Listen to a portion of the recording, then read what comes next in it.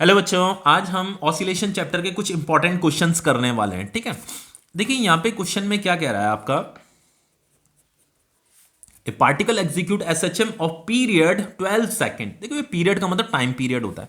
देखो पार्टिकल क्या कर रहा है, एसएचएम एग्जीक्यूट कर रहा है। ये आपका मेन पोजीशन है, ये आपका मेन पोजीशन होता है, इसे मेन बोला जाता है। और ये आपका एक्सट्रीम होता है। ठीक है, ये आपका एक्सट्रीम है, ये भी आपका, ये वाला पॉइंट भी आपका एक्सट्रीम होता है। बस इसे पॉजिटिव एक्सट्रीम पोजीशन बोला जाता है, इसे नेगेटिव एक्सट्रीम पोजीशन बोला जाता है, इतना आपको पता होगा।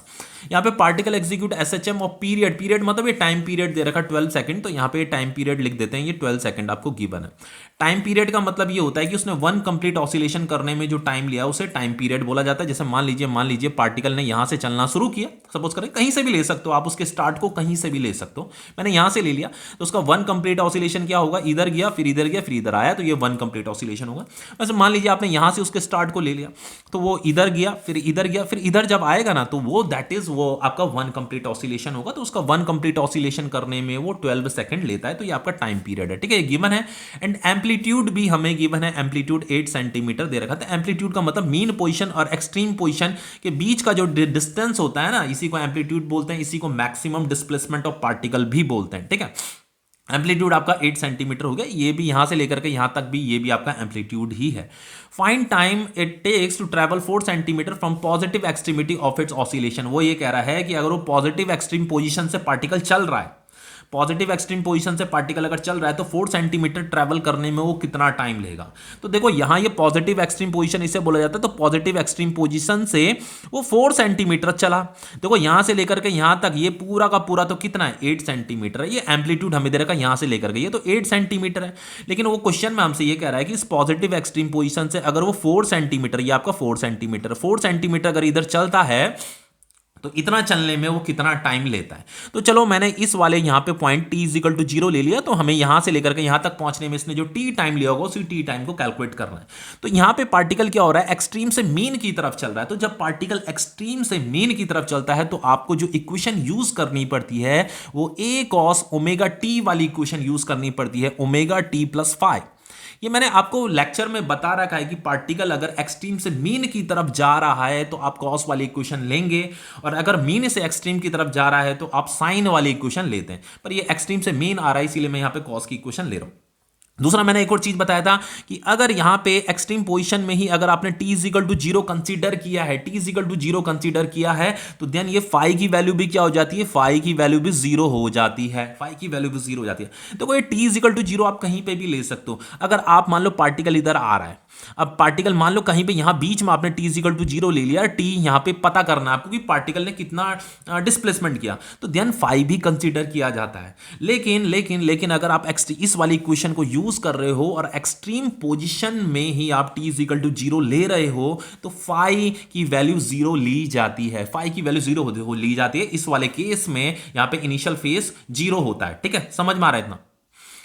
अब देखिए ये हमारा डिस्प्लेसमेंट की इक्वेशन है, डिस्प्लेसमेंट और टाइम की इक्वेशन है। हमें ये बताना है कि वो जो 4 सेंटीमीटर उसने पॉजिटिव एक्सट्रीमिटी से जो चला है, इस पॉजिटिव से यहां से लेकर के यहां तक जो 4 सेंटीमीटर चला है, इतना चलने में उसने कितना टाइम लिया है। तो फाइनली हमारे पास ये डिस्प्लेसमेंट की इक्वेशन है। तो डिस्प्लेसमेंट जो होता है, डिस्प्लेसमेंट मीन पोजीशन से ही मेजर किया जाता है, यही एक रूल है। तो डिस्प्लेसमेंट तो यहां से लेकर के यहां तक ही मेजर किया जाएगा। आफ्टर टी टाइम पार्टिकल यहां से इधर चल रहा है, यहां पहुंच गया, भले वो यहां पहुंच गया, लेकिन उसका जो डिस्प्लेसमेंट है वो यहां से मेजर किया जाता है। तो यही वाला डिस्प्लेसमेंट यहां पुट किया जाएगा। तो ये डिस्प्लेसमेंट कितना हो जाएगा, यहां से लेकर के यहां तक हो जाएगा 8 माइनस 4। तो 8 माइनस 4 कितना हो जाएगा, 4 हो जाएगा। तो पार्टिकल जब 4, ये उसका डिस्प्लेसमेंट है, इसी डिस्प्लेसमेंट के लिए मुझे क्या बताना है, उसका टाइम बताना है। भले पार्टिकल इधर से आ रहा है, लेकिन मैं 50 बार आपको बता चुका हूं कि रूल यही है, डिस्प्लेसमेंट हमेशा यहीं से मेजर किया जाता है। ठीक है, तो ये एम्पलीट्यूड कितना दे रखा है, 8 सेंटीमीटर दे रखा है। ये कॉस आ जाएगा omega, this is angular frequency. Omega का फॉर्मूला क्या होता है, 2 पाई बाय टी। ये आपको फॉर्मूला लर्न होना चाहिए। ये एंगुलर फ्रीक्वेंसी क्या होता है, 2 पाई अपॉन टी। 2 पाई क्या होता है, दिस इज रेडियन। इसे रेडियन में मेजर किया जाता है, इसे सेकंड में मेजर किया जाता है। तो एंगुलर फ्रीक्वेंसी का जो एसआई यूनिट होता है वो रेडियन पर सेकंड होता है। ठीक है, तो ये ओमेगा की जगह में मैं यहाँ पे 2 बाय कैपिटल टी मतलब टाइम पीरियड, ये वाला टाइम पीरियड, और ये टी टाइम तो हमें निकालना है ना। ये टी तो मुझे कैलकुलेट करना है कि find time it takes to travel. भाई ये 4 सेंटीमीटर इसने भले यहाँ ट्रैवल किया, लेकिन उसका डिस्प्लेसमेंट तो यहाँ से लेकर के यहाँ तक ही पुट किया जाएगा ना। इसी डिस्प्लेसमेंट के लिए मुझे टाइम निकालना है, बस दैट्स इट। ठीक है। तो इनिशियल फेज तो आपका 0 लिया जाएगा क्योंकि यहाँ पे मैं t इज इक्वल टू 0 ले रहा हूँ। बच्चों इससे पहले वाला लेक्चर जरूर देख लेना, ठीक है, नहीं तो आप लोगों को बहुत दिक्कत हो जाएगा। तो यहाँ पे ये 8 को मैंने इधर भेज दिया, ये 4/8 हो गया, ये कॉस हो गया आपका, और ये हो गया आपका 2 बाय टाइम पीरियड कितना दे रखा 12 सेकंड दे रखा इंटू टी, ये टी हमें कैलकुलेट करना है, ये 2 6 12 हो जाएगा, ये 1/2 हो जाएगा। तो बच्चों ये जो 1/2 होता है ये किसकी वैल्यू होती है पता है, ये आपकी, चलो पहले इसे 1/2 ही लिख देते हैं यहाँ पे, ये कॉस ये π/6 इंटू टी। तो ये जो 1/t होता है ये cos 60 डिग्री की वैल्यू होती है। तो जो 60 डिग्री होता है ना, 60 डिग्री का मतलब होता है आपका π/3, ये पाई का मतलब होता है 180 डिग्री। अब 180 डिग्री डिवाइडेड बाय 3 क्या होगा, 60 डिग्री ही तो होगा। तो पाई को बोला, ये पाई का रेडियन है, पाई रेडियन का मतलब होता है 180 डिग्री। तो यहां पे मैं इसे cos π/3 लिख सकता हूं, ठीक है। यहां पे मैंने cos की ही वैल्यू क्यों लिखी, क्योंकि राइट हैंड साइड में भी cos है, ताकि हम इसे कंपेयर कर सकें, ठीक है। तो cos ये π/3 का 60 डिग्री है, तो cos 60 डिग्री की वैल्यू ही 1/2 होती है। तो यहां पे ये cos π/6, ये t तो है ही, तो ये cos और cos यहां पे है, तो फाइनली हम कह सकते हैं π/3 is equal to π/6 into T. तो ये पाई से पाई कट गया, तो t इज इक्वल टू क्या हो जाएगा, 6 इधर चला जाएगा, 6/3, ये t इज इक्वल टू हो गया आपका 2। तो टाइम कितना आ रहा है बच्चों, 2 सेकंड आ रहा है। टाइम कितना आ रहा है आपका, 2 सेकंड आ रहा है। इसका मतलब यह है कि पार्टिकल जब यहां से इसने चलना शुरू किया ना, तो इसने यहां तक पहुंचने में, इस 4 सेंटीमीटर का डिस्टेंस कवर करने में 2 सेकंड लिया है। लेकिन बच्चों यहां पे देखो डिस्प्लेसमेंट बहुत इंपॉर्टेंट चीज है, डिस्प्लेसमेंट को यहीं से मेजर किया जाता है, इसीलिए मैंने यहां 8 - 4 करके ये डिस्प्लेसमेंट यहां पुट किया। इसी डिस्प्लेसमेंट, इतना डिस्प्लेसमेंट जो है उसका, इतने डिस्प्लेसमेंट में कितना टाइम रहा होगा वो मैंने कैलकुलेट किया, ठीक है, समझ में आ गया। अब देखिए नेक्स्ट क्वेश्चन कर लेते हैं। ये सारे क्वेश्चन बहुत इंपॉर्टेंट है, ठीक है। देखो ये वाला क्वेश्चन देखिए, यहां पे क्या कह रहा है, यहां पे कह रहा है simple harmonic motion is represented by, ये सिंपल हार्मोनिक मोशन की हमें इक्वेशन दे रखी है, ठीक है। तो यहां पे देखो सबसे पहले मैं इस इक्वेशन को लिख रहा हूं 10 साइन ये 20t प्लस 0.5 है। देखो डिस्प्लेसमेंट की इक्वेशन में साइन भी आ सकता है, कॉस भी आ सकता है, ठीक है। साइन अगर आ रहा है तो मैं आपको क्या बोलता हूं, साइन आने का मतलब यह है कि आप ऐसा समझ लीजिए कि पार्टिकल मीन से एक्सट्रीम की तरफ चल रहा है, उसने वहां से स्टार्ट किया है, बस दैट्स इट, इतना है, वहां से स्टार्ट किया, बाकी चलता हो किधर भी सकता है, वहां से उसने स्टार्ट किया। और अगर कॉस होता तो इसका मतलब उसने एक्सट्रीम से स्टार्ट किया, एक्सट्रीम से मीन की तरफ स्टार्ट किया, ठीक है।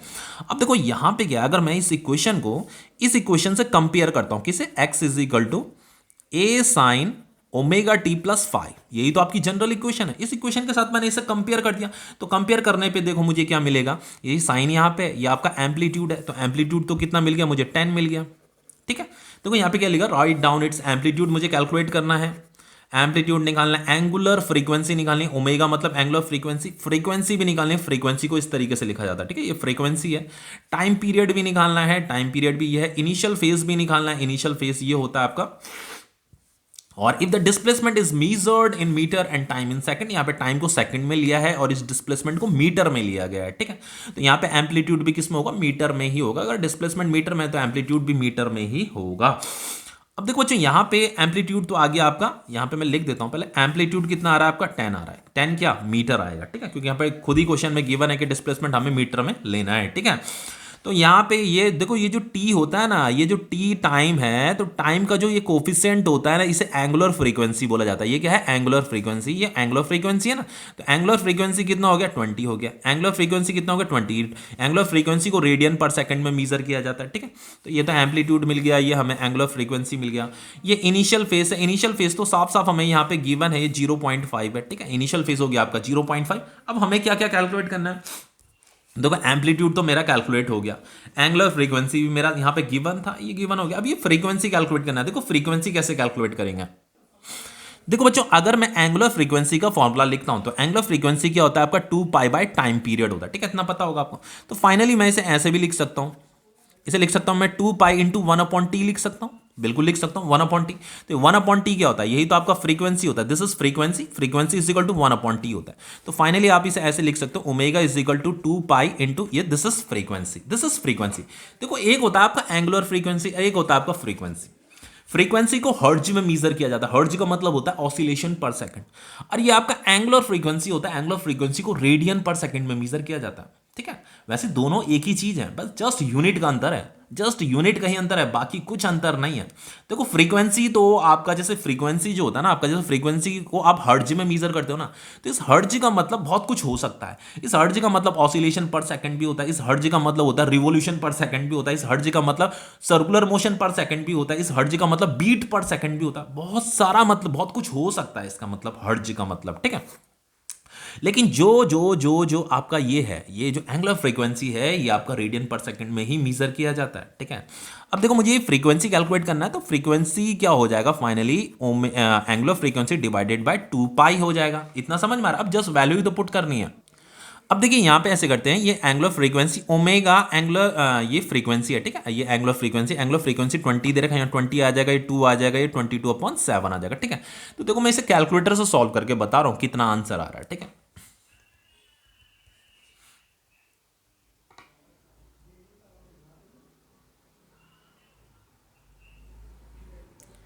देखो इसका जो आंसर आ रहा है, फ्रीक्वेंसी जो आ रही है आपकी 3.18 हर्ट्ज आ रही है। इसे आप ऑसिलेशन पर सेकंड भी लिख सकते हैं, ठीक है। अब देखो मैंने यहाँ पे ये भी कैलकुलेट कर दिया है, फ्रीक्वेंसी भी कैलकुलेट कर दिया, अब टाइम पीरियड भी कैलकुलेट करना है। टाइम पीरियड कैसे कैलकुलेट करेंगे? देखो फॉर टाइम पीरियड हम कैसे कैलकुलेट करेंगे? एंगुलर फ्रीक्वेंसी का फॉर्मूला क्या होता है आपका, 2 पाई अपॉन टी। तो टी इज इक्वल टू क्या हो जाएगा, 2 पाई अपॉन ये हो जाएगा। जस्ट वैल्यू पुट कीजिए, यही तो आपका टाइम पीरियड है। 2 × 22/7, ये ओमेगा है ना, एंगुलर फ्रीक्वेंसी कितना दे रखा है, ये 20 दे रखा है, यहाँ 20 पुट कर दीजिए। बस इसको सॉल्व कीजिए, देखो बताता हूँ इसकी वैल्यू कितनी आ रही है।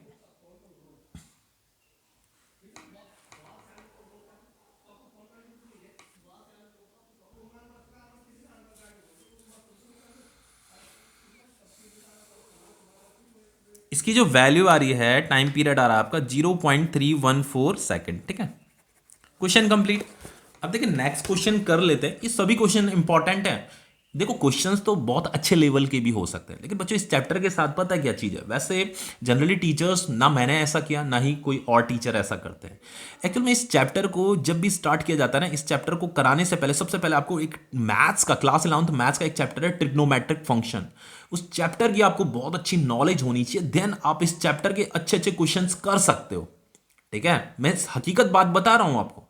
लेकिन आपके इस चैप्टर से कोई बहुत ज्यादा डिफिकल्ट क्वेश्चंस नहीं पूछे जाते एग्जाम में। अगर आप नीट आईआईटी की तैयारी करो ध्यान, तब तो कुछ भी लेवल हो सकता है एग्जाम का। लेकिन अगर आप क्लास 11th में जो क्वेश्चंस बनेंगे वो बहुत सिंपल ही क्वेश्चंस बनते हैं। क्यों? क्योंकि 11th में बहुत से ऐसे स्टूडेंट भी होंगे जिनकी मैथ्स नहीं होगी 11th में, वो बायो वाले होंगे, तो देन ट्रिग्नोमेट्रिक फंक्शन चैप्टर उन्होंने तो पढ़ा नहीं है। जो मैथ्स वाले बच्चे होंगे उन्होंने ट्रिग्नोमेट्रिक फंक्शन चैप्टर पढ़ा होगा 11th में, तो उन्हें कुछ हद तक यहाँ पे बहुत कुछ समझ में आ रहा होता है। लेकिन एक दिक्कत ये है कि क्लास 11th में जो आपका मैथ्स में जो ट्रिग्नोमेट्रिक फंक्शन चैप्टर है ना, वो भी कंप्लीट चैप्टर नहीं है, इसीलिए इस चैप्टर में बच्चों को दिक्कत होती है, ठीक है। तो मैं उसी तरीके से आपको कवर करवा रहा हूँ कि सबको ही ये समझ में आ जाए, जो आपके स्कूल्स में एग्जाम में जो क्वेश्चंस पूछे जाते हैं वही इंपॉर्टेंट क्वेश्चंस मैं यहाँ पे करवा रहा हूँ। बाकी चैप्टर का लेवल, चैप्टर को बहुत मतलब अच्छे लेवल के क्वेश्चंस भी यहाँ पे हो सकते हैं, ठीक है। चैप्टर को अगर आपको कंप्लीटली पढ़ना है तो सबसे पहली शर्त यह है कि आपको सबसे पहले आपको ट्रिग्नोमेट्रिक फंक्शन जो मैथ्स का चैप्टर है ना, वो अच्छे से पढ़ना पड़ेगा, देन इस चैप्टर में जंप करना पड़ेगा। पर हम बिना ट्रिग्नोमेट्रिक फंक्शन के यहाँ चैप्टर समझ रहे हैं, तो ये थोड़ा, इसीलिए चैप्टर थोड़ा डिफिकल्ट लग जाता है बच्चों को, ठीक है। चलिए यहाँ पे हमें क्या कह रहा है क्वेश्चन में, a body oscillate with SHM according to the equation. ये इक्वेशन हमें दे रही है, इस इक्वेशन के अकॉर्डिंग बॉडी क्या कर रही है, ऑसिलेट कर रही है, मतलब एसएचएम कर रही है। मुझे टाइम निकालना है, is in second time, where T is in second and X is in metre कह रहा है। हमें डिस्प्लेसमेंट निकालना है, T is equal to 0, time period भी निकालना है, इनिशियल वेलोसिटी भी निकालना है। इनिशियल वेलोसिटी का भी मतलब क्या होता है, velocity at T is equal to 0। Initial velocity का मतलब velocity at T is equal to 0। जैसे यहाँ पे displacement at T is equal to 0 था ना, वही इनिशियल वेलोसिटी का मतलब भी velocity at T is equal to 0 ही होता है। चलिए क्वेश्चन करते हैं। यहाँ पे हमें ये डिस्प्लेसमेंट निकालना है at T is equal to 0। तो इक्वेशन मेरे पास ये है, बहुत ही सिंपल क्वेश्चन है। इक्वेशन दे रही है x is equal to 5 cos 2 pi T plus pi by 4। देखो बच्चों यहाँ पे ये इनिशियल फेज भी दे रखा है आपका, ठीक है, ये इनिशियल फेज है। और ये जो आपका t का जो कोफिशिएंट है ना, ये आपका एंगुलर फ्रीक्वेंसी है, ये आपका एंगुलर फ्रीक्वेंसी है।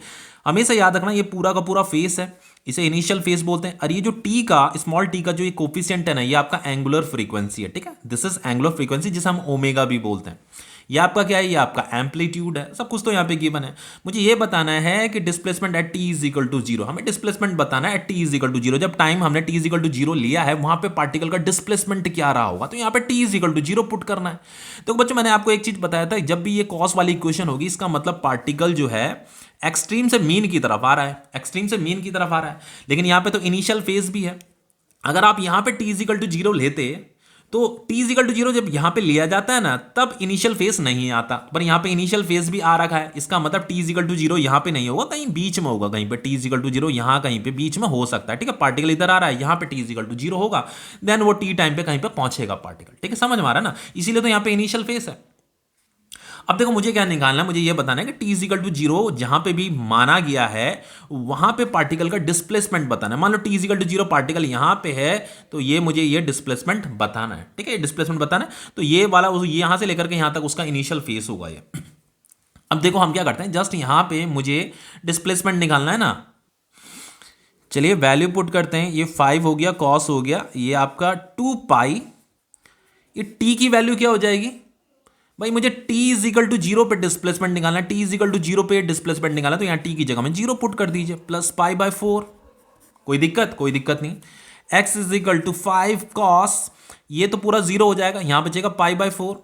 पाई बाय 4 क्या होता है, 45 डिग्री को बोलते हैं पाई बाय 4। ठीक है, तो ये finally x is equal to क्या हो गया, 5 कॉस पाई बाय 4 है, पाई बाय 4 मतलब कॉस 45 डिग्री, इसकी वैल्यू जो होती है 1/√2 होता है, तो यहां पर आ जाएगा 1/√2। तो ये डिस्प्लेसमेंट क्या आ गया, 5/√2। डिस्प्लेसमेंट यहां से लेकर के यहां तक ये है डिस्प्लेसमेंट। पार्टिकल देखो यहां कॉस लिखा हुआ है ना, ये कॉस लिखा हुआ है, यानी कि पार्टिकल एक्सट्रीम से मीन की तरफ आ रहा है, ऐसे आ रहा है मीन की तरफ। अब वो T is equal to zero यहां पे लिया गया, बीच में लिया गया, इसीलिए तो यहां पे ये इनिशियल फेस आ रखा है, बीच में ले रखा T is equal to zero. अगर यहां पे लिया होता तब इनिशियल फेस नहीं आता, T is equal to zero यहां बीच में लिया गया, इसीलिए यहां पे ये इनिशियल फेस आ रहा है। तो यहां पे जो T is equal to zero लिया है वहां पे पार्टिकल का डिस्प्लेसमेंट तो मीन पोजीशन से ही मेजर होता है, तो ये डिस्प्लेसमेंट आ गया, तभी तो पॉजिटिव आ रहा है डिस्प्लेसमेंट। अब देखो एक और चीज बताता हूं बच्चों, पार्टिकल देखो इधर तो आ रहा है ना, इस तरफ आ रहा है, तो ये जो उसकी वेलोसिटी होगी ना पार्टिकल की, देखो यहां पे हमें वेलोसिटी भी निकालनी है। देखो वेलोसिटी ये वाली डायरेक्शन है तो वेलोसिटी नेगेटिव आएगी, देखते रहना, जब मैं वेलोसिटी कैलकुलेट करूंगा ना नेगेटिव आएगी, क्योंकि उसकी डायरेक्शन ये है। देखो इस वाली डायरेक्शन को नेगेटिव बोलते हैं, इस वाली डायरेक्शन को पॉजिटिव बोलते हैं। ये पॉजिटिव वेलोसिटी की अगर डायरेक्शन इधर होगी तो ये नेगेटिव आएगा, वेलोसिटी की डायरेक्शन अगर इधर होगी तो पॉजिटिव आएगा। ठीक है, चलिए कोई नहीं, यहां पर हमें टाइम पीरियड भी कैलकुलेट करना है। देखिए बच्चों मुझे यहाँ पे टाइम पीरियड भी कैलकुलेट करना है। फॉर टाइम पीरियड के लिए अब हम क्या करेंगे, टाइम पीरियड के लिए बताता हूँ क्या करेंगे। टाइम पीरियड के लिए फॉर्मूला क्या है, omega is equal to 2 pi upon T. ये क्या है, एंगुलर फ्रीक्वेंसी, ये क्या है एंगुलर फ्रीक्वेंसी। अब देखो इस इक्वेशन में जाइए, यहाँ एंगुलर फ्रीक्वेंसी ढूंढिए। ये जो स्मॉल टी है ना, स्मॉल टी के सामने ये जो कोफिशिएंट है यही आपकी एंगुलर फ्रीक्वेंसी होती है, इसी को एंगुलर फ्रीक्वेंसी बोलते हैं। टी के सामने जो भी वैल्यू लिखी होगी ना वही आपकी एंगुलर फ्रीक्वेंसी होती है। तो यहाँ पे एंगुलर फ्रीक्वेंसी की जगह में क्या आ जाएगा, 2 पाई आ जाएगा, ये एंगुलर फ्रीक्वेंसी है, ये 2 पाई अपॉन टी, और ये t इधर चल जाएगा, t is equal to 2 pi upon 2 pi हो गया, तो ये कट जाएगा, तो ये फाइनली टाइम कितना आ रहा है आपका, 1 सेकंड आ रहा है।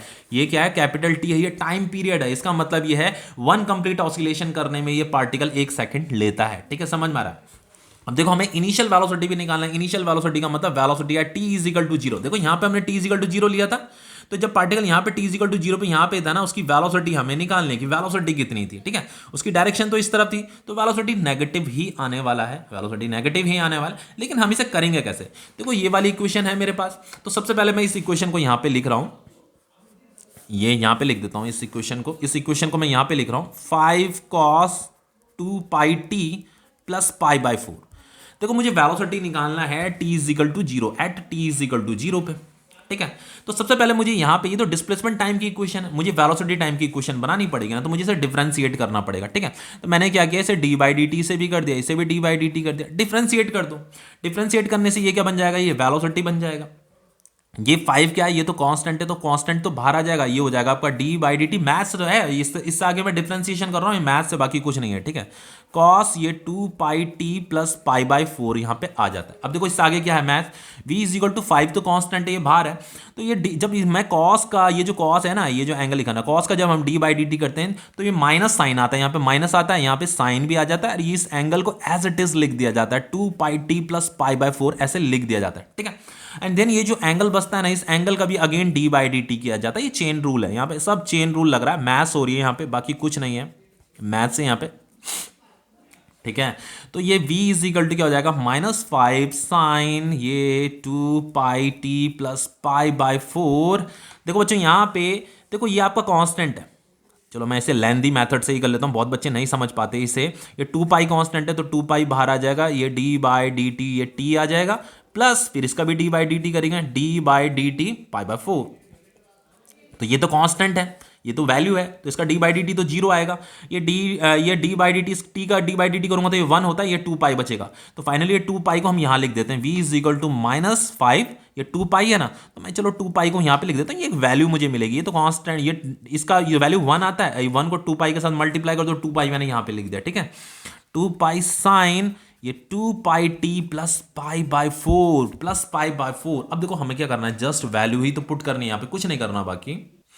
देखिए मुझे वेलोसिटी टाइम की इक्वेशन मिल गई है, अब मुझे वेलोसिटी जो निकालनी है t इज इक्वल टू 0 निकालना है, तो यहाँ t इज इक्वल टू 0 आ जाएगा, बस यहाँ t is equal to 0 put करना है। तो velocity is equal to 5 2 10 minus 10 pi ये साइन आएगा, और ये t है ना, तो यहाँ t is equal to 0 put होगा तो ये पूरा का पूरा 0 हो जाएगा, यहाँ साइन पाई बाय 4 बचेगा, साइन पाई बाय 4 बचेगा। साइन पाई बाय 4 किसे कहते हैं, 45 डिग्री को बोलते हैं। तो साइन 45 डिग्री की वैल्यू क्या होती है, 1/√2 होती है। तो जस्ट यहाँ पे ये v इज इक्वल टू क्या हो जाएगा, -10 pi into pi by sine pi by 4 की जो वैल्यू होती है 1/√2 होती है। ठीक है, तो ये आपका वेलोसिटी आ गया -10 पाई बाय √2 मीटर पर सेकेंड।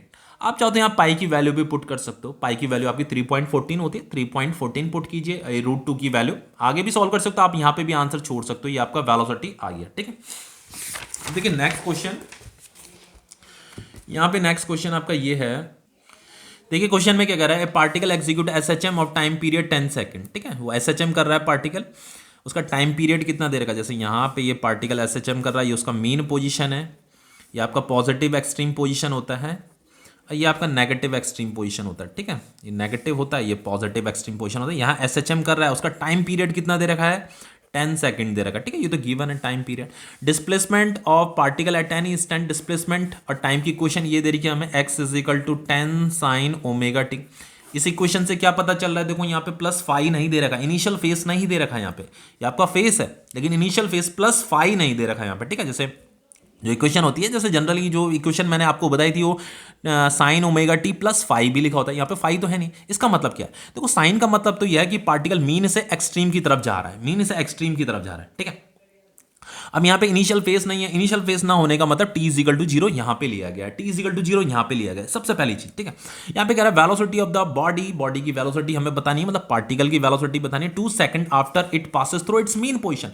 जैसे इस मीन पोजीशन से वो पास करता है तो आफ्टर 2 सेकंड, मान लो ये इधर पास कर रहा है तो t is equal to 2 second पे, t is equal to 2 second पे पार्टिकल कहां पे होगा, उसकी वेलोसिटी क्या होगी, t is equal to 2 second पे ही तो वेलोसिटी फाइंड करनी है हमें, वेलोसिटी फाइंड करनी है। ठीक है, तो कैसे फाइंड करेंगे, तो सबसे पहले मैं इसका d बाई डी टी करूंगा, इसका हम क्या करेंगे, d बाई डी टी करेंगे। इस ये तो डिस्प्लेसमेंट टाइम की इक्वेशन है, मुझे वेलोसिटी टाइम की इक्वेशन बनानी पड़ेगी, तो मुझे क्या करना है, बस जस्ट इसका d बाई डी टी कर देना, यहाँ पे d बाई डी टी कर दीजिए, यहाँ पे d बाई डी टी कर दीजिए, तो ये वेलोसिटी बन जाएगा।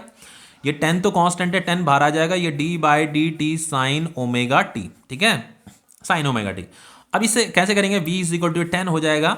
अब देखो ये साइन डी बाई, जब भी हम साइन का d बाई डी टी करते हैं तो ये कॉस ओमेगा टी आ जाता है, फिर हमें इसका भी d बाई डी टी करना पड़ता है। यहाँ पे ये चेन रूल लग रहा है, ये ओमेगा टी, देन ये v is equal to 10 cos ये ओमेगा टी।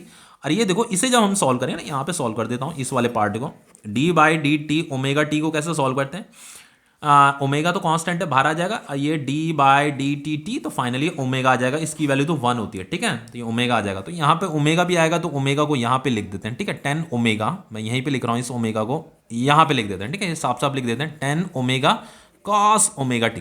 ठीक है, समझ में आ रहा है। अब मुझे वेलोसिटी निकालनी है, कितने टाइम पे निकालनी है, after 2 second, 2 second after it passes through mean position. तो ये जो वेलोसिटी की इक्वेशन है ना, ये भी मीन पोजीशन से पे ही t इक्वल टू 0 हमने ले रखा है, उसी के लिए है ये इक्वेशन, क्योंकि इस इक्वेशन से तो मैंने d बाई डी टी किया है इसका। ठीक है, तो यहाँ t इज इक्वल टू कह रहा है velocity of the body 2 second after it passes through mean position. इस मीन पोजीशन से जब उसने पास किया है, कहाँ गया मीन पोजीशन, ये रहा, यहाँ से पास किया, तो आफ्टर 2 सेकंड हमें बताना है उसका वेलोसिटी। तो यहाँ t की जगह में जस्ट 2 सेकंड ही तो पुट करना है, t कितना पुट करना है, 2 सेकंड पुट करना है, बस बात खत्म। तो ये वेलोसिटी इज इक्वल टू 10, ये ओमेगा एंगुलर फ्रीक्वेंसी, ओमेगा का जो फॉर्मूला होता है वो होता है 2 पाई बाय टी। ठीक है, ओमेगा क्या होता है, ओमेगा 2 पाई बाय टी तो होता है, टू पाई बाई टी, ये कॉस अगेन ये हो जाएगा आपका 2 pi by T omega 2 pi by T into ये टी कितना है 2 सेकंड स्मॉल टी, ये हमें टाइम पे बताना है वेलोसिटी, ठीक है। तो ये हो जाएगा आपका v इज इक्वल टू हो जाएगा आपका, देखो टाइम पीरियड हमें यहाँ पे क्या दे रखा है, टाइम पीरियड 10 सेकंड दे रखा है, ठीक है। तो टाइम पीरियड 10 सेकंड पुट कीजिए, ये 2 पाई यहाँ 10 सेकंड आ जाएगा, कॉस ये 2 पाई यहाँ भी 10 सेकंड आ जाएगा, ये इंटू 2, ये 10 से 10 कट गया आपका, ओके। और ये आपका देखिए यहाँ पे क्या होगा, देखो ये 2 5 ज़ा 10 हो गया, तो ये आ गया आपका 2 पाई इंटू कॉस ये 2/5 है। 2/5 क्या होगा बच्चों, आई थिंक देखो 2 को डिवाइड करो 5 से तो ये 0.4 आ जाएगा, 0.4 ये पाई आएगा यहाँ पर, ठीक है, 0.4 एंड पाई।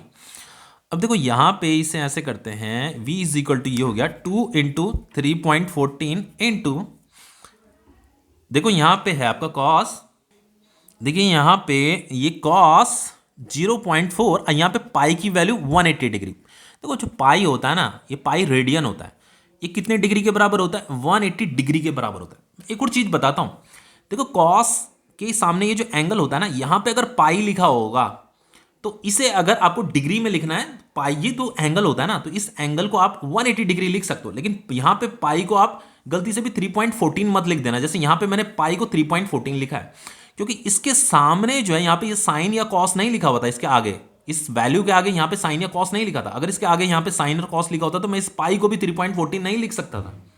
जैसे यहाँ पे कॉस के आगे है पाई, तो ये पाई क्या एंगल है, इसीलिए मैंने इसे 180 डिग्री लिखा है। इस पाई को यहाँ पे गलती से भी 3.14 नहीं लिखना है, लेकिन इसे लिख सकते हो आप 3.14, ठीक है। समझ पा रहे होंगे आप, ये आपका एंगल है, ये आपका एंगल नहीं है, ये जस्ट वैल्यू है, तो इसलिए मैंने पाई की वैल्यू ही यहाँ पे 3.14 लिखी है, पर यहाँ पे पाई की वैल्यू 3.14 नहीं लिखी है, यहाँ पे मैंने उसे एंगल में कन्वर्ट किया, ठीक है। समझ में आ रहा है आपको। अब देखो ये हो जाएगा आपका 2 इंटू 3.14 इंटू ये कॉस, इन दोनों का अगर आप मल्टीप्लाई करोगे तो ये होता है आपका 72 डिग्री। देखो 180 इंटू 0.4 कितना होगा, 72 डिग्री होगा। अब देखो इससे जब आगे हम सॉल्व करेंगे 2 इंटू 3.14, तो ये जो कॉस 72 डिग्री होता है ना, इसका वैल्यू आपको अगर एग्जाम में क्वेश्चन आता है अपने टीचर से आप इसकी वैल्यू पूछ सकते हो, वो आपको बता देंगे, या तो आपको टेबल ट्रिग्नोमेट्रिक टेबल आपको दे देंगे, आपको वहां से ये वैल्यू कैलकुलेट फाइंड करनी पड़ेगी, ठीक है। जैसे लॉग टेबल होती है ना, उसी तरीके से ट्रिग्नोमेट्रिक टेबल भी होती है, वहां से आपको ये वैल्यू निकालनी पड़ेगी, या तो टीचर्स खुद ही ब्लैक बोर्ड में इस वैल्यू को लिख देते हैं कि कॉस 72 डिग्री की वैल्यू इतनी आ रही है, ठीक है, एग्जाम में अगर आता है तो ये जो कॉस 72 डिग्री होता है, इसकी जो वैल्यू होती है 0.309 होती है, आई थिंक इतनी ही होती है, ठीक है। एक मिनट मैं कंफर्म कर लेता हूं पहले, मैं कहाँ गई बुक,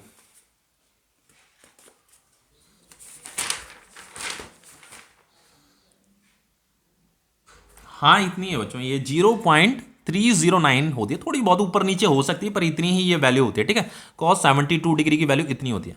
अब देखो जस्ट इसे मल्टीप्लाई करना है, बाकी कुछ नहीं करना, तो इसका जो मल्टीप्लाइकेशन आने वाला है मैं कैलकुलेटर से करके बता रहा हूं।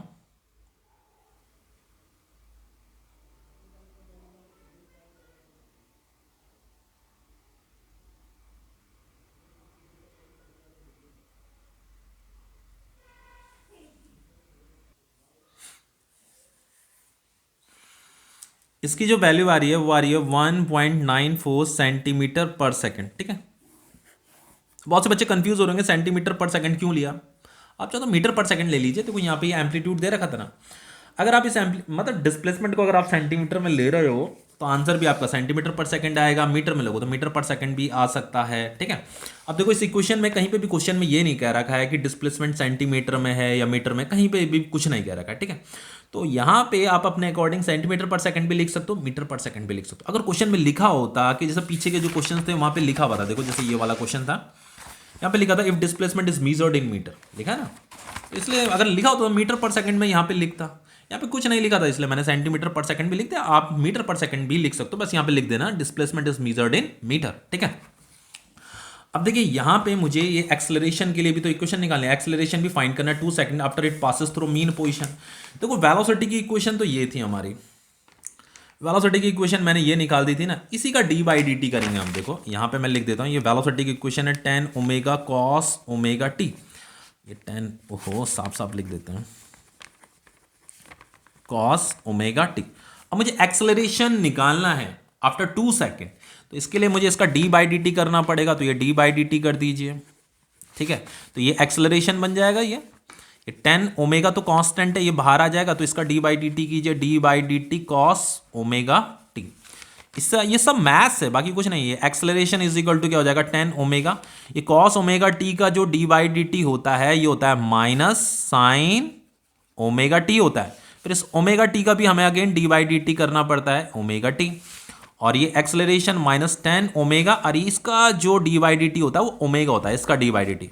तो यहाँ ओमेगा का स्क्वायर आ जाएगा, तो इसका D by D T omega ही होता है, ठीक है। तो एक और ओमेगा आएगा तो ओमेगा स्क्वायर हो जाएगा, ये हो जाएगा आपका साइन ओमेगा टी। ओके, देखो ये इक्वेशन तो हमें मिल गई है। अब जस्ट हमें यहाँ पे क्या करना है, माइनस 10 ओमेगा क्या होता है आपका 2 पाई बाई टी होता है भैया। एंगुलर फ्रीक्वेंसी इसका फॉर्मूला क्या होता है 2 पाई बाई टी का होल स्क्वायर साइन ये 2 पाई बाई टी, अरे टी, तो टी कितना दे रखा है 2 सेकंड। आफ्टर 2 सेकंड हमें एक्सेलरेशन निकालना है ना, द एक्सेलरेशन 2 सेकंड आफ्टर लिखा है ना, तो यहाँ जस्ट वैल्यू पुट कीजिए, बाकी कुछ नहीं करना है। यहाँ माइनस 10 आ जाएगा, ये हो गया आपका 2 pi by T, 2 pi by T sine 2 pi by T into time कितना दे रखा 2 सेकंड। आफ्टर 2 सेकंड हमें बताना है, ठीक है। तो चलो देखो ये टाइम पीरियड भी हमें दे रखा था, यहाँ पे टाइम पीरियड कितना दे रखा था, ये 10 सेकंड दे रखा था, ये टाइम पीरियड, ठीक है। तो यहाँ पे आ जाएगा आपका, ये आ जाएगा माइनस 10, ये हो जाएगा आपका 2 पाई डिवाइडेड बाई 10, और ये हो गया आपका 2 पाई डिवाइडेड बाई 10, और ये हो गया आपका साइन, और चलो ये 2 पाई डिवाइडेड बाई 10 इंटू ये, तो ये तो 5 से कट जाएगा आपका, तो ये माइनस 10,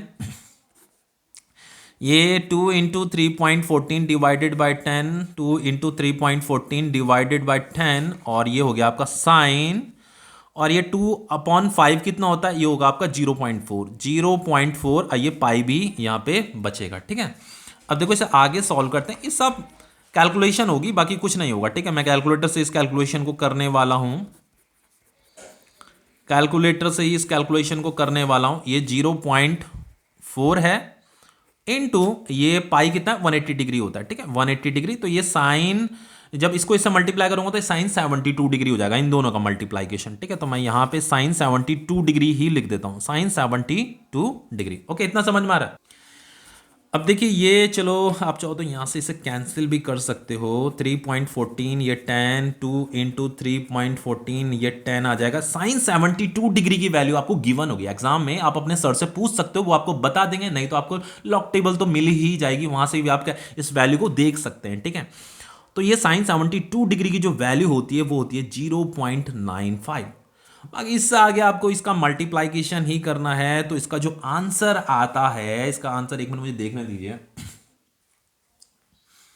इसका मैंने बुक में लिखा था कहीं पर, एक मिनट मैं कैलकुलेट ही कर देता हूं बच्चों से।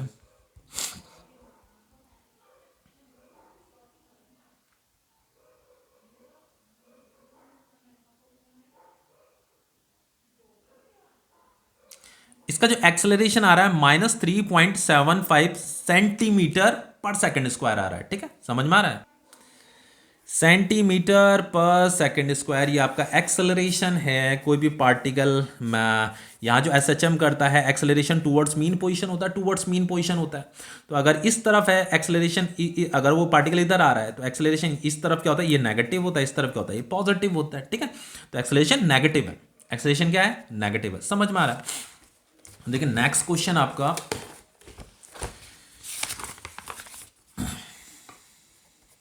देखो यहाँ पे क्या कर रहा है, body is vibrating with SHM of amplitude. एक बॉडी क्या कर रही है, एसएचएम कर रही है, ये उसका मीन पोजीशन है, ये एक्सट्रीम पोजीशन है, ये एक्सट्रीम है, ये भी एक्सट्रीम है, ये मीन है। उसका एम्पलीट्यूड कितना दे रखा है 15 सेंटीमीटर दे रखा है। फ्रीक्वेंसी, ये जस्ट फ्रीक्वेंसी है, फ्रीक्वेंसी एंग्लो फ्रीक्वेंसी की बात नहीं कर रहे हम, फ्रीक्वेंसी की बात कर रहे हैं। फ्रीक्वेंसी 4 हर्ट्ज दे रखी है। Compute the maximum value of acceleration and velocity. हमें एक्सेलरेशन की भी मैक्सिमम वैल्यू बतानी है, वेलोसिटी भी की भी मैक्सिमम वैल्यू बतानी है। तो देखो यहाँ पे कहीं पे भी टाइम तो दे नहीं रखा, तो टाइम तो दे नहीं रखा, तो मुझे यहाँ पे डिस्प्लेसमेंट टाइम की इक्वेशन भी नहीं लिखनी, वेलोसिटी टाइम की इक्वेशन भी नहीं लिखनी, क्योंकि टाइम कहीं पे भी हमें गिवन नहीं है। देखो देखो वेलोसिटी और डिस्प्लेसमेंट में जो रिलेशन होता है वो क्या होता है, देखो वेलोसिटी की एक इक्वेशन होती है v is equal to omega under root a square minus x square. पता होगी ये इक्वेशन, पता होगी, ये मैंने इक्वेशन डिराइव करवाई थी आपको। ए क्या एम्पलीट्यूड, ये क्या डिस्प्लेसमेंट, ये क्या एंगुलर फ्रीक्वेंसी, ये क्या वेलोसिटी, ठीक है। तो किसी भी पर्टिकुलर डिस्प्लेसमेंट में आप वेलोसिटी का पता कर सकते हैं इस फॉर्मूले से। दूसरा एक्सेलरेशन की इक्वेशन भी होती है minus omega square into x. किसी भी पर्टिकुलर डिस्प्लेसमेंट में, डिस्प्लेसमेंट अगर आपको पता है तो आप उस पार्टिकल का एक्सेलरेशन निकाल सकते हैं। तो हमें मैक्सिमम वैल्यू ऑफ एक्सेलरेशन निकालना है, मतलब ए मैक्स निकालना है।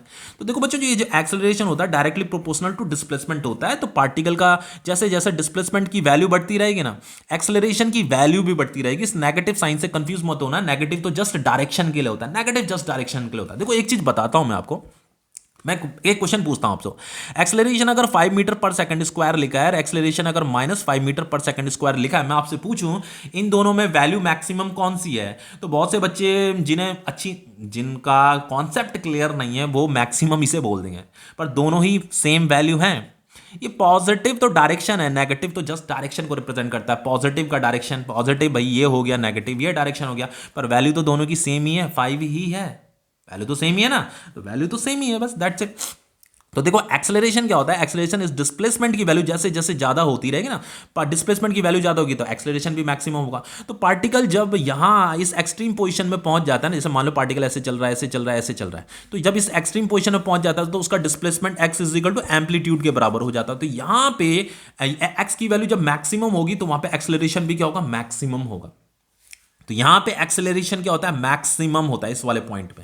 यहां पे एक्सेलरेशन क्या होता है, मिनिमम होता है, मतलब यहां पे एक्सेलरेशन 0 होता है मीन पोजीशन में, और यहां पे भी अगेन एक्सेलरेशन क्या होता है, मैक्सिमम होता है। यहां पे भी पार्टिकल जैसे जैसे मीन पोजीशन से दूर दूर दूर दूर जाता रहेगा तो डिस्प्लेसमेंट बढ़ती रहेगी, डिस्प्लेसमेंट बढ़ेगी तो एक्सेलरेशन भी क्या होगी, बढ़ेगी, क्योंकि acceleration is directly proportional to displacement होता है। ठीक है, समझ में आ रहा है ना? अब देखो हमें क्या करना है, मुझे एक्सेलरेशन बताना है, तो एक्सेलरेशन बताने के लिए हमें क्या करना है, जस्ट यहाँ पे वैल्यू ही तो पुट करनी है, बाकी कुछ भी नहीं करना है। ठीक है, तो यहाँ पे ऐसे करेंगे, देखो ये पहले मैं एक्सेलरेशन निकालूं, acceleration is equal to minus आएगा, ओमेगा का फॉर्मूला क्या होता है आपका 2π/t होता है ये स्क्वायर। एक्सेलरेशन मैक्सिमम कब होगा, जब पार्टिकल इस एक्सट्रीम पॉइंट पे होगा, इस एक्सट्रीम पोजीशन में होगा, यहां पे होगा। समझ में आ रहा है, जब पार्टिकल यहां पे होगा, तो पार्टिकल जब यहां पे होता है तो उसका जो डिस्प्लेसमेंट होता है वो उस एम्पलीट्यूड के बराबर हो जाता है। एम्पलीट्यूड कितना दे रखा है, 15 सेंटीमीटर, यहां से लेकर के यहां तक के डिस्टेंस को ही तो एम्पलीट्यूड बोलते हैं, एम्पलीट्यूड 15 दे रखा है। तो बेस्ट हमें क्या करना है, यहाँ पे जस्ट 15 ही तो पुट करना है, इंटू ये एक्स की वैल्यू क्या ले लेंगे हम, इंटू ए के बराबर ले लेंगे ना। यहाँ पे लिख देता हूँ एक्स इज इक्वल टू ए। भाई जब डिस्प्लेसमेंट एम्पलीट्यूड के इक्वल हो जाएगा तब एक्सेलरेशन क्या होता है, मैक्सिमम होता है। ठीक है, कंडीशन है।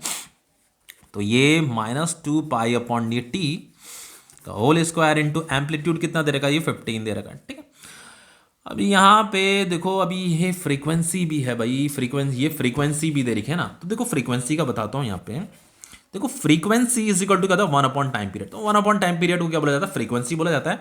तो यहाँ पे acceleration is equal to, sorry ये माइनस साइन बाहर रहेगा भाई, माइनस यहाँ पे हो जाएगा आपका 2π, और ये 1/t है, तो 1/t का मतलब फ्रीक्वेंसी का ये स्क्वायर इंटू 15। अब तो सारी वैल्यू हमारे पास है, जस्ट हमें वैल्यू तो पुट करनी है।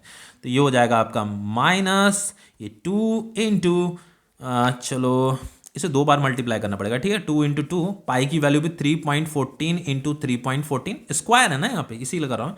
ये एंगुलर फ्रीक्वेंसी भी 2 बार मल्टीप्लाई करना पड़ेगा, 4 हर्ट्ज दे रखा है, तो ये 4 इंटू 4 आ जाएगा, फिर इंटू 15 आ जाएगा। तो इसका मैं कैलकुलेटर से मल्टीप्लाइकेशन करके आपको बता रहा हूँ।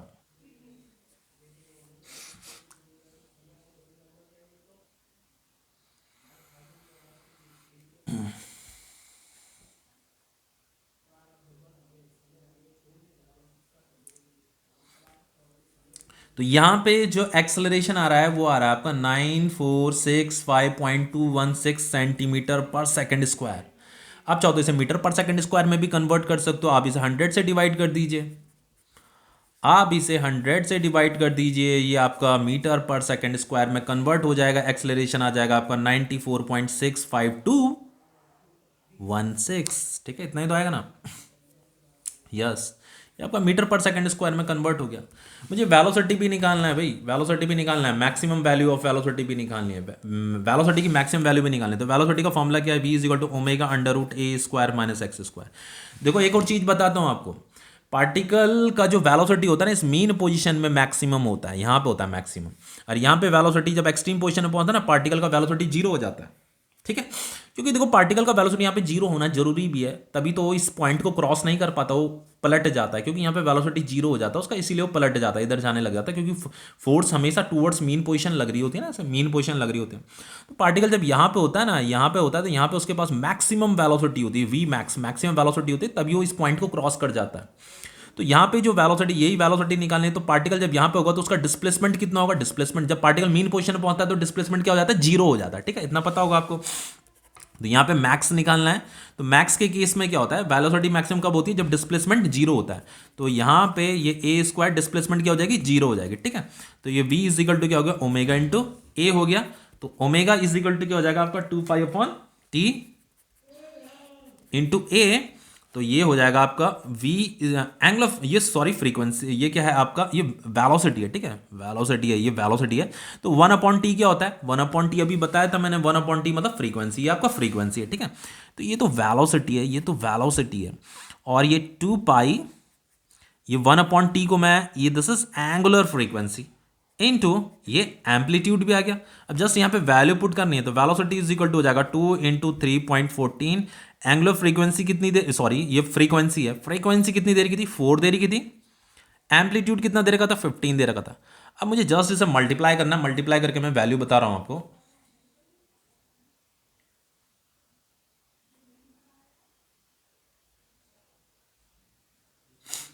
इसकी वैल्यू आ रही है 376.8 सेंटीमीटर पर सेकेंड। बाकी इसे 100 से डिवाइड करना, मीटर पर सेकेंड में भी कन्वर्ट हो जाएगा। ठीक है, देखो नेक्स्ट क्वेश्चन है आपका, लास्ट क्वेश्चन। ये क्वेश्चन क्या कह रहा है, देखो, ए particle execute SHM of amplitude, यहाँ पे एम्पलीट्यूड लिख देता हूँ पहले मैं, 20 सेंटीमीटर एम्पलीट्यूड दे रखा है, टाइम पीरियड 2 सेकंड दे रखा है। Okay, what is the minimum time required for the particle to move between 2 points 10 centimetre on either side of the mean position. जैसे ये मीन पोजिशन है, ये मीन है, ये पॉजिटिव एक्सट्रीम होती है आपकी, पॉजिटिव एक्सट्रीम पोजिशन होती है, नेगेटिव एक्सट्रीम पोजिशन होती है। ठीक है, कह रहा है what is the minimum time required for the particle to move between 2 points 10 centimetre on either side of the mean position. वो कह रहा है इस मीन पोजीशन से 10 सेंटीमीटर लेफ्ट में एक पॉइंट है, राइट 10 सेंटीमीटर राइट में एक पॉइंट है। ठीक है, तो ये आपका 10 है, ये आपका 10 है, ये पूरा का पूरा कितना है, 20 है। यहां से लेकर के यहां तक कितना है, 20 है। यहां से लेकर के यहां तक कितना है, मीन से एक्सट्रीम कितना है, 20 है। ठीक है, ये तो दे रखा ना, एम्पलीट्यूड दे रखा है, एम्पलीट्यूड मतलब मीन से एक्सट्रीम तक की डिस्टेंस 20। हमें सिर्फ इतना बताना है कि वो कितना मिनिमम टाइम लेगा पार्टिकल, इन ये जो 2 पॉइंट है, इन 2 पॉइंट में यहां से लेकर के यहां तक जाने में कितना टाइम लेगा, बस इतना ही बताना है। तो देखो बच्चों, एक कॉन्सेप्ट मैं आपको बताता हूं, पार्टिकल मीन पोजीशन में क्या भाई, इसमें एसएचएम में क्या होता है, पार्टिकल जितना टाइम किसी एक पॉइंट से इस पॉइंट तक जाने में लेता है ना, उतना टाइम यहां से यहां आने में भी लेता है। भले जब पार्टिकल इस तरफ जा रहा होता है ना, देखो इंटरेस्टिंग चीज क्या होती है, पार्टिकल जब इस तरफ जा रहा होता है उसकी वेलोसिटी डिक्रीज हो रही होती है, जब पार्टिकल इधर आ रहा होता है उसकी वेलोसिटी इंक्रीज हो रही होती है। उसके बावजूद भी पार्टिकल जब इधर जा रहा होता है तो जितना वो टाइम लेता है ना इधर जाने में, उतना ही टाइम इधर आने में भी लेता है। 2 पॉइंट, कोई से भी 2 पॉइंट ले लो। देखो बच्चों, जब हम ग्राउंड से किसी बॉल को ऊपर की तरफ फेंकते हैं, तो जब बॉल ऊपर की तरफ फेंकते हैं तो बॉल की वेलोसिटी क्या होती है, डिक्रीज होती है। और जब नीचे को आती है वैल्यू क्या होती है, इंक्रीज होती है। लेकिन जितना टाइम बॉल ऊपर जाने में लेती है उतना टाइम नीचे आने में भी लेती है। यहाँ पे भी वेलोसिटी करके डिक्रीज फिर इंक्रीज, लेकिन टाइम सेम ले रही है। ऊपर जाने में जितना टाइम लिया उतना ही नीचे उतरने में भी टाइम लिया। तो यहाँ पे भी क्या होता रहता है, वेलोसिटी डिक्रीज होती रहती है, इधर आते समय इंक्रीज हो रही होती है। तो जितना टाइम इधर जाने में लेगा उतना टाइम इधर आने में भी लेगा। तो हमें क्या करना है, मुझे इस पॉइंट से इस पॉइंट का टाइम निकालना है। तो सीधी सी बात है, जितना टाइम यहां जाने में लेगा ना, उतना ही टाइम यहां आने में भी लेगा। ठीक है, उतना ही टाइम यहां आने में भी लेगा, पहले ही बता देता हूं। तो मान लो यहां जाने में अगर उसने टी टाइम लिया, तो इधर आने में भी टी ही टाइम लेगा। और देखो ये उसने, ये मान लो यहां से लेकर के यहां तक कितना था, ये तो पूरा का पूरा 20 था ना, तो हमें 10 सेंटीमीटर, ये तो 10 सेंटीमीटर, ये इतना कितना है, 10 सेंटीमीटर। तो 10 सेंटीमीटर इधर जाने में अगर टी टाइम ले रहा है, तो 10 सेंटीमीटर इधर जाने में भी टी लेगा, 10 सेंटीमीटर इधर जाने में भी टी ही टाइम लेगा, इधर जाने में भी उतना ही टाइम लेता है। तो बस क्या करते हैं, ऐसे करते हैं, इधर से इधर जाने में उसने कितना टाइम लिया उसे कैलकुलेट कर लेते हैं, फिर जस्ट उसका ट्वाइस कर देंगे। मुझे क्या निकालना है, यहां से लेकर के यहां तक का टाइम निकालना है। तो ये टी जब कैलकुलेट हो जाएगा तो टी प्लस टी हम कर देंगे, यहां से लेकर के यहां तक टी, यहां से लेकर के यहां तक टी, तो टी प्लस टी 2t बस। ठीक है, तो सबसे पहले ऐसे करते हैं, इस टी को कैलकुलेट कर देते हैं कि पार्टिकल को यहां से लेकर के यहां तक पहुंचने में कितना टाइम लगा। तो यहां टी इज इक्वल टू 0 है, यहां टी, यहां से लेकर के यहां तक पहुंचने में इस टी टाइम को मैं फाइंड कर रहा हूं बस। तो यहां पे अगर मैंने टी ले रखा है, तो इसके लिए जो आपकी इक्वेशन हो जाएगी, वो इक्वेशन क्या हो जाएगी, x is equal to a sine omega t. भाई अगर पार्टिकल आपका, मान लो मैंने ऐसा मान लिया कि पार्टिकल मीन से एक्सट्रीम की तरफ जा रहा है, अब मुझे यहां से लेकर के यहां तक पहुंचने में उसने कितना टाइम लिया, इस 10 सेंटीमीटर को डिस्टेंस कवर करने में, ये 10 सेंटीमीटर है डिस्टेंस, ठीक है, कवर करने में उसने कितना टाइम लिया वो मुझे कैलकुलेट करना है। तो मैं यहां पे अगर टी इज इक्वल टू 0 ले रहा हूं, इस वाले पॉइंट पर टी इज इक्वल टू 0, तो मैं इस इक्वेशन का यूज करूंगा। यहां पे फाई की वैल्यू 0 हो जाएगी, ठीक है। तो यहाँ पे डिस्प्लेसमेंट कितना हो गया आपका, ये 10 सेंटीमीटर हो गया। एम्पलीट्यूड कितना है, 20 है। ये साइन आ जाएगा, ओमेगा की वैल्यू क्या होती है, 2π/t होती है, इनटू टी मुझे फाइंड करना है। ठीक है, तो 10 इज इक्वल टू एम्पलीट्यूड 20 है। ये टाइम पीरियड कितना दे रखा है, 2 सेकंड दे रखा है। ठीक है, तो ये साइन आ जाएगा, ये 2π टाइम पीरियड 2 सेकंड है। ठीक है, इंटू टी, ये टी मुझे कैलकुलेट करना है। तो ये 10/20, ये 2 से 2 कट जाएगा, तो ये हो गया आपका साइन पाई एंड टी। तो ये कितना आ गया, 1/2, कट करके 1/2 ही तो होगा। तो 1/2 किसकी वैल्यू होती है भाई, 30 डिग्री की। साइन आई थिंक कितना होता है 1/2 आपकी वैल्यू, हाँ 30 डिग्री ही तो होता है आई थिंक, हाँ 30 डिग्री होता है आई थिंक। हाँ, साइन 30 डिग्री की वैल्यू 1/2 ही होती है। तो मैं इसे लिख सकता हूँ, 30 डिग्री को π/6 लिखा जाता है। ठीक है, तो 1/2 की जगह में साइन π/6 आ गया। यहाँ आ गया आपका साइन पाई टी। ठीक है, तो ये साइन साइन यहाँ पे, तो मैं इसे लिख सकता हूँ π/6 is equal to pi into T. Pi से पाई कट गया, तो टी इज इक्वल टू कितना आ गया, 1/6 सेकंड। तो यहाँ से लेकर के यहाँ तक जाने में 1/6 सेकंड ले रहा है। मुझे क्या निकालना है, यहाँ से लेकर के यहाँ तक निकालना है ना। तो इधर आने में भी ये 1/6 लेगा, इधर आने में 1/6 लेगा, या हम ऐसे भी कह सकते हैं यहाँ से लेकर के यहाँ तक जाने में जो ये टाइम लेगा, यहाँ से लेकर के यहाँ तक 1/6, यहाँ से लेकर के यहाँ तक 1/6। तो जो टोटल टाइम होगा इन दोनों को ऐड कर दो, तो जो टोटल टाइम होगा वो कितना हो जाएगा, 1/6 इंटू 2। तो ये कितना होगा, इंटू 2 ही तो करेंगे, चलो इंटू 2 नहीं करना तो ऐड ही कर लो 1/6 प्लस 1/6, ये कितना आ गया भाई, ये 6 आ गया, 1 + 1 क्या होगा 2 हो गया, ये 1/3 तो आ गया। तो टोटल टाइम कितना आया, टोटल टाइम जो आया 1/3 आया। ठीक है, ओके।